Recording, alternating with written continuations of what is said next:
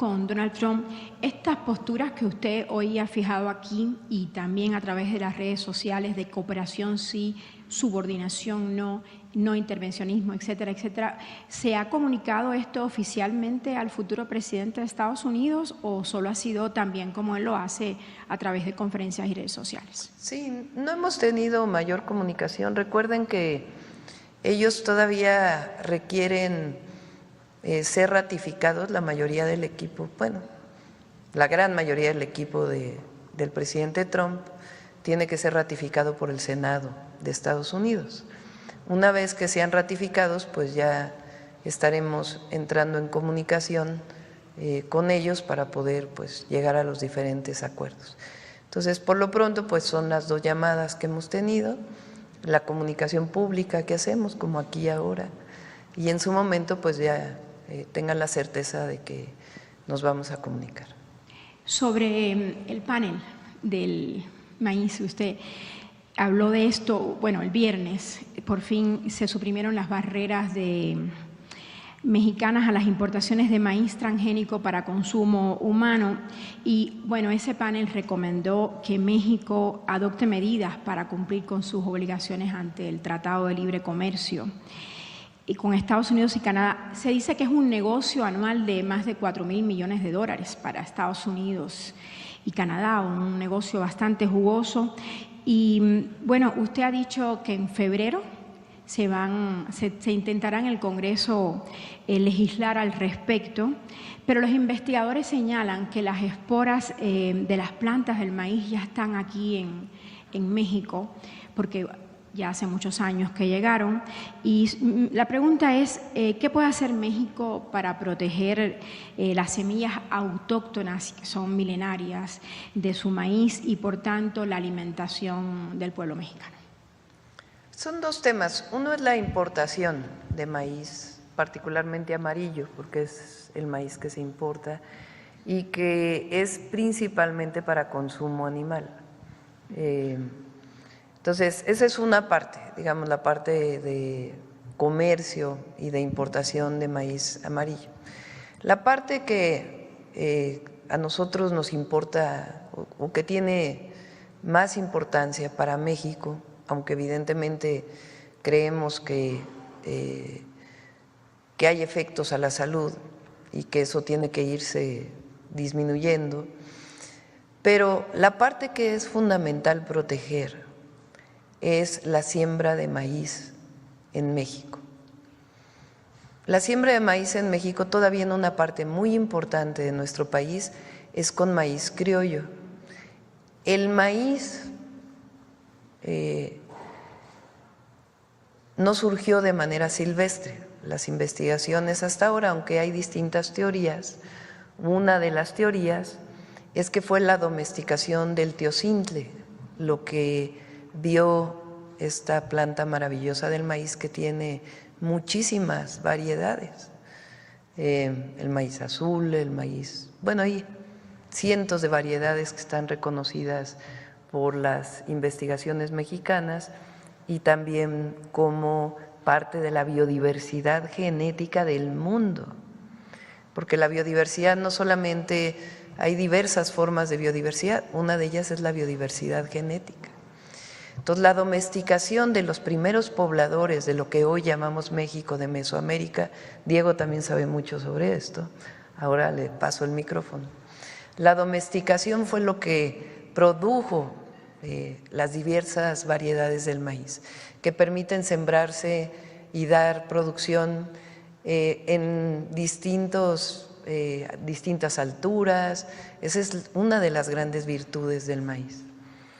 Entonces, el maíz hay que protegerlo por la biodiversidad, por su diversidad genética, pero también culturalmente, porque México está ligado intrínsecamente, culturalmente, por nuestro origen, por lo que son los pueblos originarios de ayer y de hoy y la resistencia con el maíz.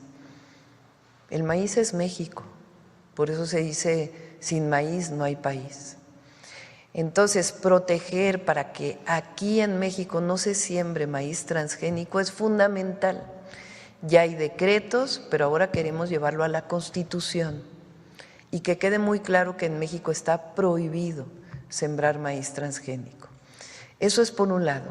Por otro lado, cuando fui jefa de gobierno en la Ciudad de México, de hecho, desde que fui secretaria de Medio Ambiente, cuando el presidente fue jefe de gobierno, se hizo un decreto para que en la ciudad no se sembrara maíz transgénico. Y ahora que fui jefa de gobierno, se trabajó en bancos de germoplasma, se llama, es decir, para guardar las diversas variedades del maíz.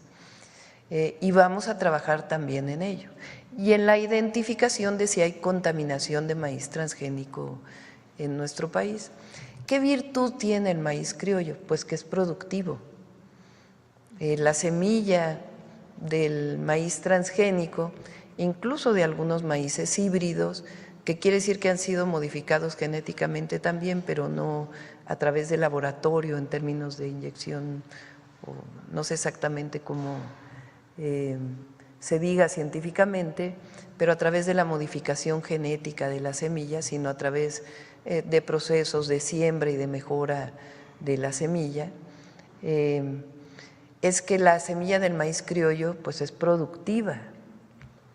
Es decir, se guarda una parte del maíz, esa semilla se guarda y se vuelve a sembrar y a utilizar en la siguiente cosecha. Eso es muy importante porque no depende el campesino de comprarle a una empresa transnacional la semilla.